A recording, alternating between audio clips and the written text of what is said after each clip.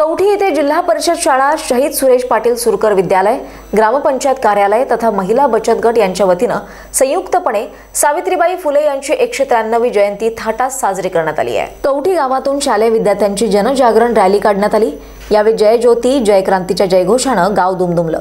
जिल्हा परिषद शाळेत सर्वप्रथम क्रांतिज्योती सावित्रीबाई फुले यांच्या प्रतिमेला पुष्पहार आणि दीप प्रज्वलन करून कार्यक्रमाला सुरुवात करण्यात आली। कार्यक्रमाच्या अध्यक्षस्थानी गावच्या सरपंच कांताबाई बोरकुटे तर प्रमुख पाहुणे म्हणून उपसरपंच राकेश घोटेकर, विलास बट्टे, शाळा व्यवस्थापन समितीचे अध्यक्ष सुधाकर श्रीकोंडावार, पोलीस पाटील सचिन चिडाम, तंटामुक्ती समितीचे अध्यक्ष तथा पत्रकार टीकाराम मशाखेत्री, सुरकर विद्यालयाचे मुख्याध्यापक खोब्रागडे, जिल्हा परिषद शाळेचे मुख्याध्यापक भोयर, ईश्वर बट्टे, शशिकला मशाखेत्री, रंजू जवादे हे उपस्थित होते।